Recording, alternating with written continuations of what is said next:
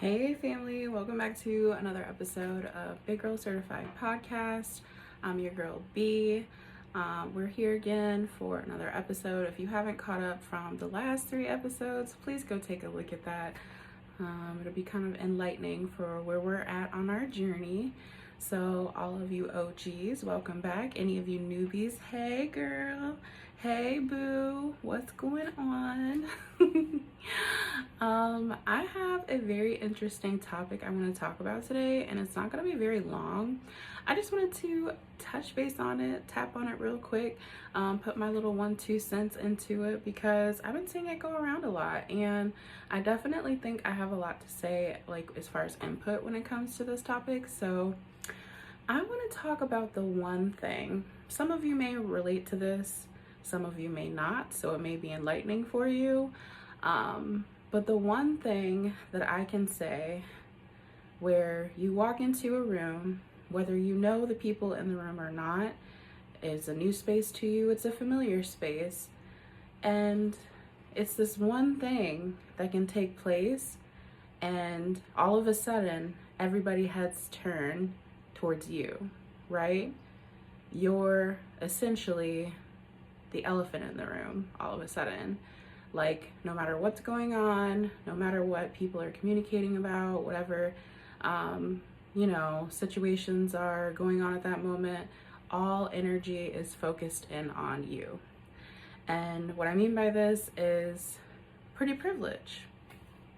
So like anyone who can relate to like any kind of work scenario, whether it be in working, dating, friendships, family relationships, okay, that's a thing. Yeah, that's a thing. Honestly, I wouldn't lie to you, truly. I'm talking about, did I say dating already? I'm talking about the whole thing. Like, honestly, this is called Big Girl Certified Podcast, so being pretty while being big. Look, I mean, fat girls, we real cute out here. We real pretty. I just think it's a different thing in this world to experience pretty privilege. And I mean, from the lens of not necessarily, like, I'm not gonna say believing in it, like, okay, obviously it's a thing, now I know it's a thing, I'm an adult, but like when I remember being younger, like I didn't realize what that was. I didn't have a word for it, let me put it like that. So now that we're coming from this place of, okay, I know what it is, I know what to call it, now I'm starting to recognize the signs of what it is, right? So let me just point out this. I feel no matter what environment you're in, again, no matter where you've experienced it, it all boils down to jealousy. And when you even make up a phrase, I don't even know who came up with this pretty privileged phrase.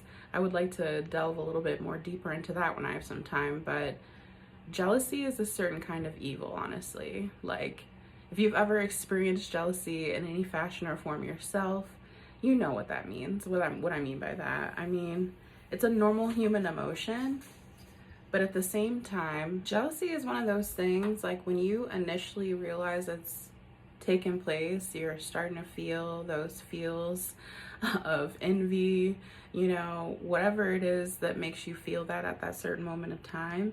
It's really one of those emotions that you have to like instantly transmute it the second that you realize, hey, this is what I'm feeling right now. Because if you don't, it honestly does start to become like a personality trait. It can overtake you at certain times, and start to become more of like who you are and not like what you're feeling at that moment. The second that I realize I'm feeling any sense of jealousy, I'm the one person I know I'm about to go ahead and work on me. I'm about to look at my reservoir of things and see what I need to be pulling up and working on to improve myself and improve my situation so I can get there. I'm not about to linger on that jealousy feeling, kind of revel in it in some kind of way and try to figure out how I can fuck up somebody else's day. Like, that's not the type of being that I am. I'm gonna always try to work on me and make me better, so I can achieve my goals. And I don't know if people realize, but like it's easily picked up on. Like, again, I'll start from the beginning. pretty privilege at work, right? So we've had our whole at work scenario we've been talking about in the past couple episodes. So I really wanted to like bring this up in this episode because I didn't get to elaborate more about it in the previous 2 episodes. But pretty privilege at work kind of looks like where you walk into any forum, like whether that be a remote work scenario, you're walking into an office every day, doesn't matter what kind of background you have, what kind of skills, assets that you actually do carry, what kind of education background that you have, you walk in there looking any kind of way as far as like attractive, if you're like, putting more effort into how you show up every day. It could just be simple like attire. If you care about looking, your classiest, your best when you come into the workspace, people will have an issue. I don't know what it is. See how I do my makeup for work? Very demure, very mindful. I don't come to work with a green cut crease. I don't look like a clown when I go to work. I don't do too much. I'm very mindful while I'm at work. See how I look very presentable? The way I came to the interview is the way I go to the job. Like, just because you rolled up out of the bed today and decided to show up with a bonnet on camera doesn't have anything to do with me and me putting a little bit effort into my makeup today. If I want to put on some lashes, I'm gonna put on some lashes and I'm still gonna get the job done. If I want to come on camera with a nice blazer and button down, I'm gonna come on the camera with a nice blazer and button down. If I want to show up to work at our work meeting in office, and have the most classiest, like, nice pleated pant combo, something with a nice beautiful satin blouse on, whatever I want to show up in, that's my business. It should have no weighing in on what your thoughts are of me and my capabilities to do my job. If you've vetted me, if I've passed the interview process, we're good. We're in there. I can handle it. I'm straight.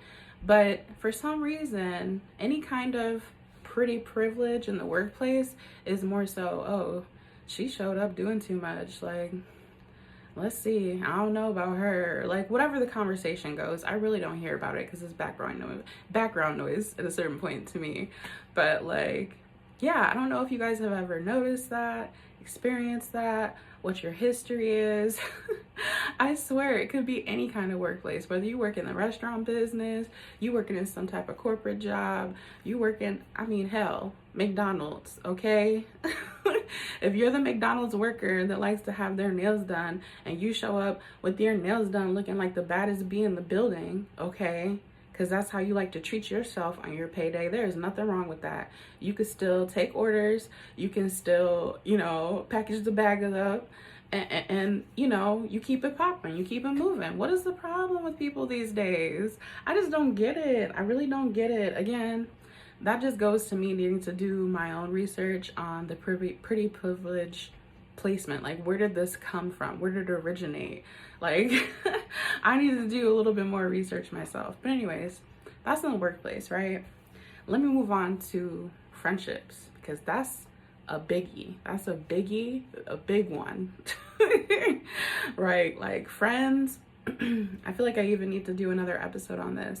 Friendships, as like, going on my middle-aged 30s. I'm not quite to my middle-aged 30s yet, but I've noticed making friends and having friendships as you get older, women can be mean. Like, honestly, truly, women can be mean.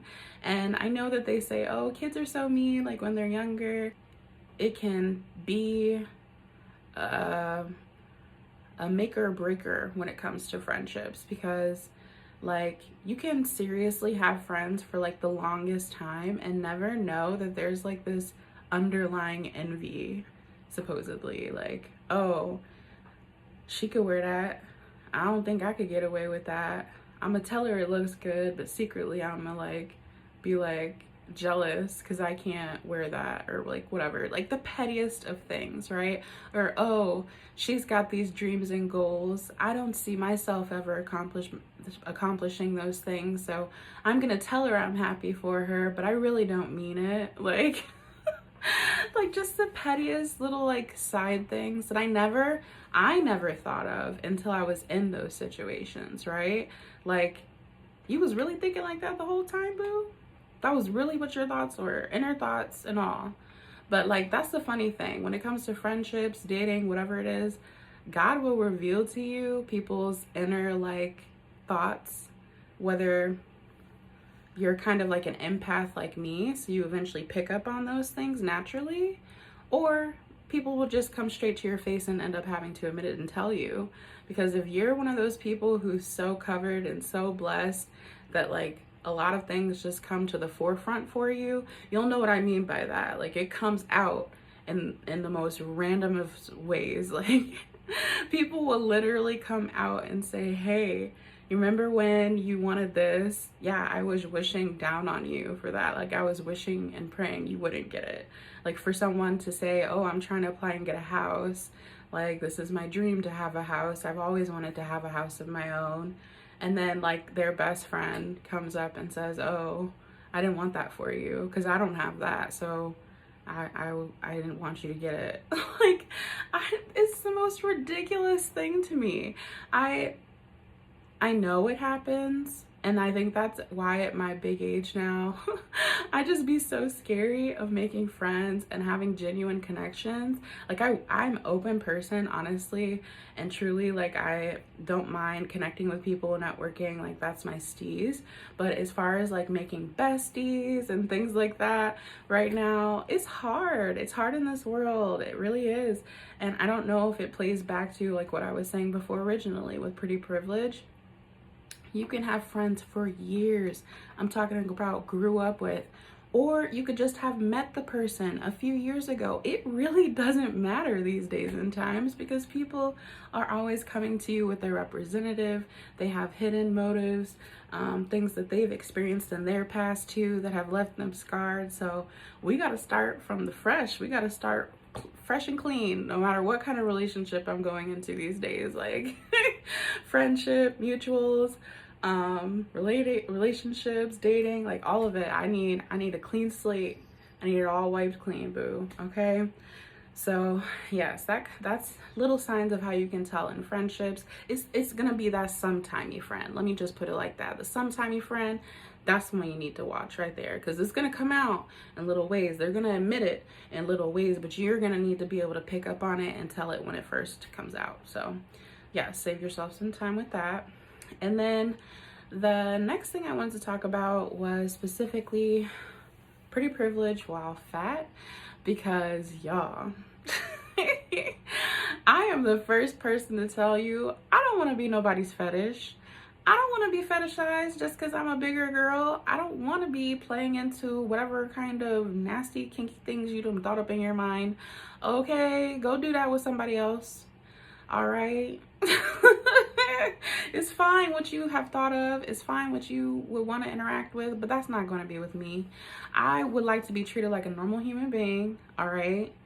And yeah, I mean, big girls, I've always heard years and years for time and time again, oh, she's so, you know, she's attractive. She's a really cute face.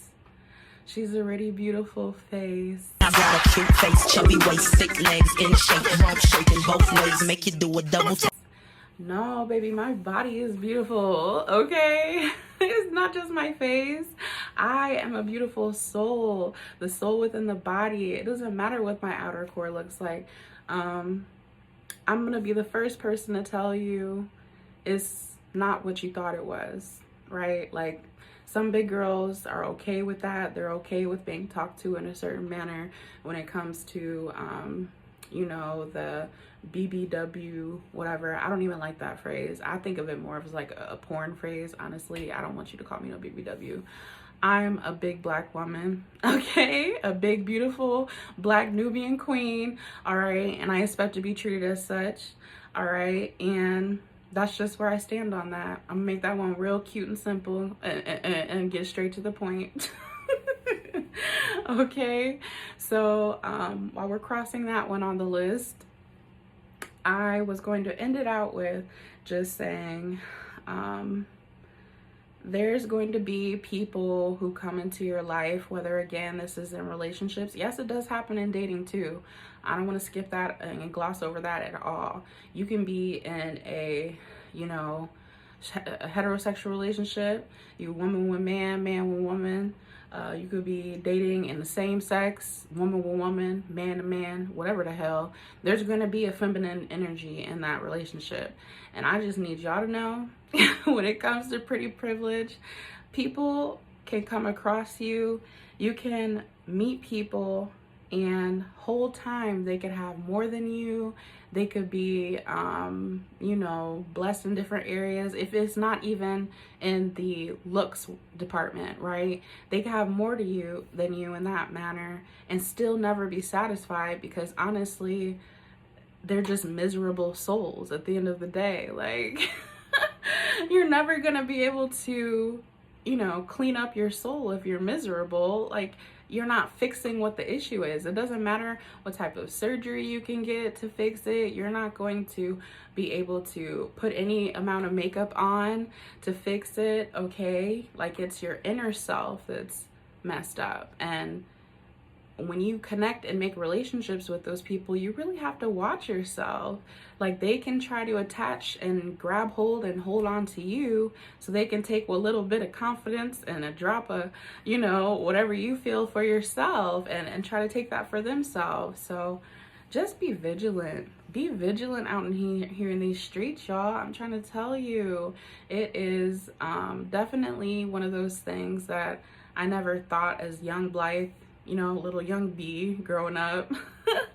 I knew I was like a pretty girl, like growing up, but I never knew that there were all these hidden motives and hidden competition always going on. And I'm not necessarily gonna say, like, growing up that there was always like this thing in the back of my mind where I'm thinking, oh, she's so pretty, like I want to be more like her. I never had that in my head. Like, I wanted little things for myself, you know, maybe I wanted to give myself a little pair of earrings every once in a while from Claire's so I could show up for picture day looking the baddest, you know. But that was for me. That was for my inner happy peace. It was never to make anybody else satisfied. I put my lip gloss on. Everybody knew my lip gloss was popping. That was for me, you know, like... It wasn't to appease anybody else or, you know, one up somebody else. Like, nah, I don't ever think like that. And if that's you, if you're that friend, if you're that coworker, if you're that person in that relationship, you need to not be in that relationship. You need to go take some time, go look at yourself in the mirror and tell yourself 10 things a day that's good about you. All right? Don't be that hating ass friend. Don't be that you know, sneak ass lover that's pretending like you're supportive, pretending like you know, all in one for your partner. If they're trying to build a business and you know, saying, oh, I support you, I'll be there, you know, but you're not really supporting. You don't even really want them to be the millionaire that they see in their mind that they could be. You know, you trying to underhandedly do things so that they're not successful in the end. I think that's so disgusting. He gave me the Honestly. I laugh about it now, but yeah, I've been through those situations dating too. It's all a test, okay? It's all a mindset thing. You can really get wrapped up in it, or you can always keep your mind and an eye on the prize. You are the prize, babe. You. You are the prize. I don't care what they say. If you're one of those pretty babes out there, all right, listening right now, I need you to do a hair flip. Okay, I need you to always wake up being the best you that you can be. Give yourself a hug, give yourself some love, because this world can be really cruel, and I don't know what it is. They really try you when it comes to pretty privilege. All right, but again, those people just be miserable spirits, miserable souls. And honestly, I think the prettiest people out there are the people who carry their own identities. They know who they are. They don't try to be anyone else outside of who they are, okay? And when it comes to having your own identity, babe, it's not about what people call you. It's about what you answer to. So I'll leave y'all on that note. I ain't want to make it too long. I just wanted to put my 2 cents in on this pretty privileged conversation. And I don't know, I kind of wanted to end it out with some current events.